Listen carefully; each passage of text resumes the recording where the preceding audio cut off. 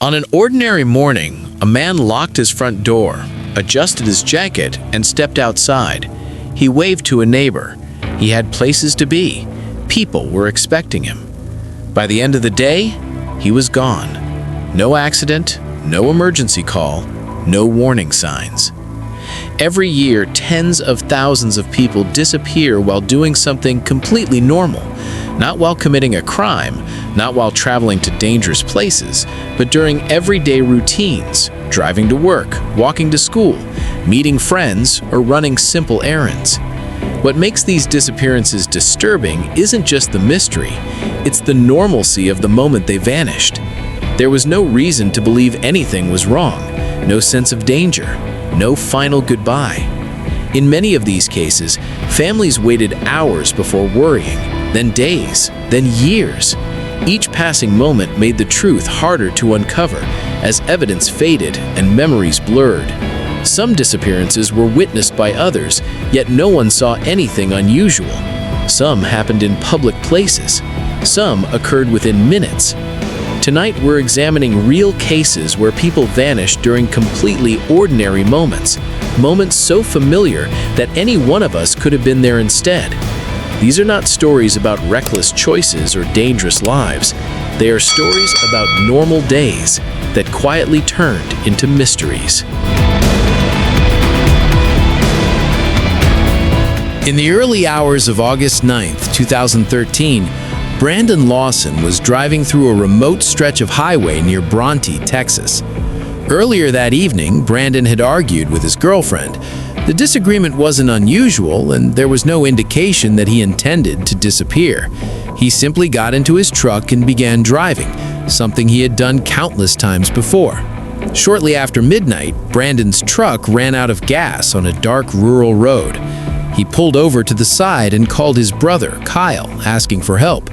Brandon sounded stressed but not panicked. He told Kyle where he was and said he would wait. But before Kyle arrived, Brandon made a second call, this time to 911. The call is haunting. Brandon sounds confused, out of breath, and frightened. He tells the dispatcher that someone is chasing him. His words are fragmented. Some sentences don't make sense. At one point, he mentions being attacked, but he never clearly explains what is happening. Then the call abruptly ends. When Kyle arrived at the scene minutes later, Brandon was gone. His truck was still there, the headlights were on, the engine was cold, his phone was found nearby. There were no signs of a struggle. Police and volunteers searched the area extensively. Helicopters scanned the land, dogs tracked scents, searchers combed fields, creeks, and nearby terrain. Nothing. No footprints, no body, no confirmed sightings. Years later, pieces of clothing believed to belong to Brandon were discovered miles away. But even this discovery raised more questions than answers. How did they get there? Why was there no other evidence? To this day, Brandon Lawson's disappearance remains unsolved. A man vanished during a simple drive, leaving behind a chilling phone call and no explanation.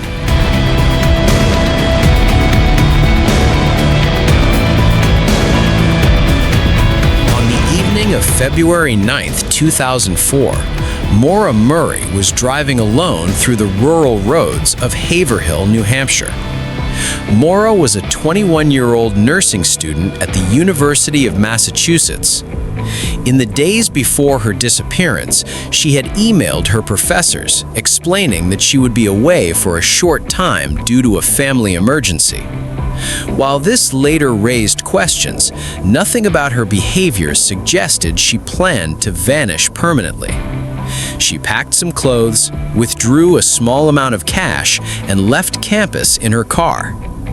At approximately 7:27 p.m., Maura's vehicle was found crashed into a snowbank along Route 112, a quiet, winding road surrounded by dense forest. The crash appeared minor, but the car was damaged enough for her to prevent driving away. A passing school bus driver stopped and spoke with Maura. He later stated that she appeared shaken but not injured. When he offered to call the police, Maura declined and said that help was already on the way.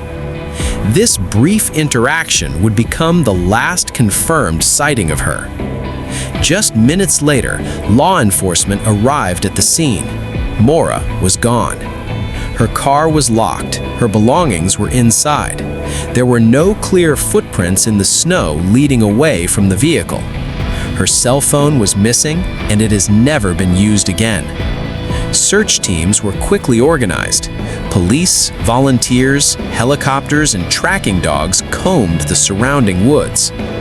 Dogs initially picked up Maura's scent, following it for a short distance down the road, and then it vanished completely.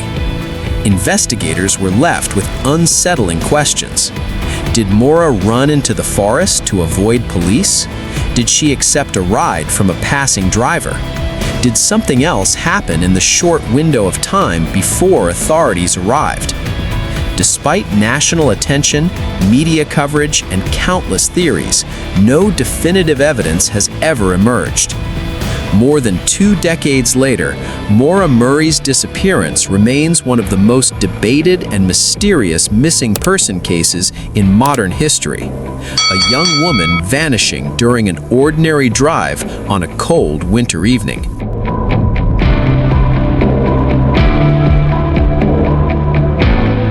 In the early hours of April 1, 2006, Brian Shaffer went out drinking with friends in Columbus, Ohio. Brian was a 27-year-old medical student who had recently endured personal loss. Despite this, friends described him as upbeat that night. It was the start of spring break, and the group decided to visit a popular bar near campus called the Ugly Tuna Saloona. Security cameras captured Brian entering the bar shortly before closing time. He was seen talking with friends, laughing, and blending into the crowd. There were no visible signs of distress or conflict. But something about that night would later shock investigators. Brian Shaffer was never seen leaving the bar. Police reviewed hours of surveillance footage from multiple cameras covering every exit. Brian appeared on camera entering, but never exiting. There was no footage of him leaving through a side door, service exit, or emergency stairwell. Friends searched hospitals, jails, and nearby areas. Brian's phone never rang again. His bank account was never used. His credit cards remained untouched. Investigators explored numerous theories. Did Brian leave with someone unnoticed? Did he disguise himself? Did he meet with foul play inside the bar? No theory could be proven. The bar itself was searched multiple times. No evidence was found.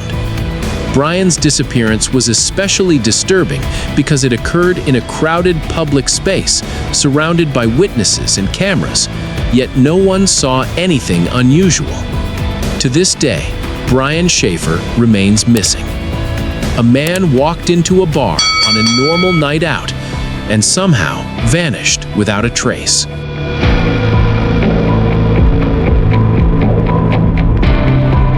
On the morning of June 4, 2010, 7-year-old Kyron Horman went to school in Portland, Oregon. It was Science Fair Day. Kyron was excited. His stepmother accompanied him to school, walked him through the halls, and took a photograph of him standing proudly beside his project. That photo would become one of the most widely circulated images in missing child cases. After leaving the school, Kyron's stepmother believed he went to class, but Kyron never arrived.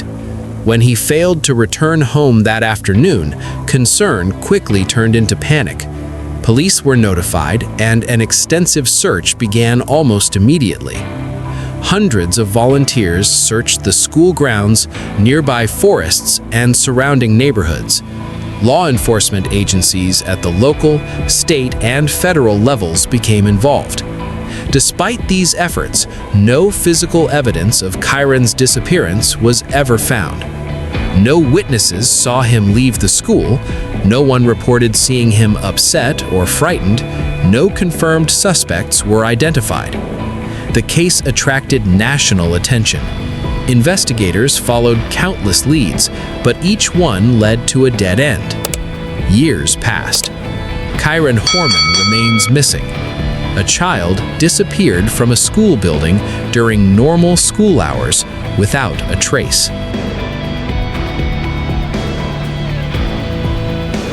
On March 17, 2018, Mitchell Weiser left his apartment in Columbia, Missouri.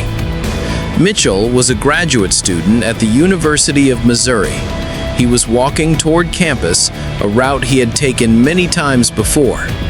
Surveillance footage later showed him walking carrying his belongings and showing no signs of distress. That was the last time he was seen alive. When Mitchell failed to return home, concern grew. Friends and family searched. Authorities were notified. Search efforts expanded across the area. Months later, Mitchell's body was discovered in a wooded area near the route he had taken that day. While his body was found, many questions remain unanswered. Investigators were unable to determine exactly how or why he died. There were no clear signs explaining what had happened during his final hours. His disappearance and death raised troubling questions about how someone could vanish so quietly in a familiar place during a routine walk. Mitchell Weiser left his home like any other day and never returned.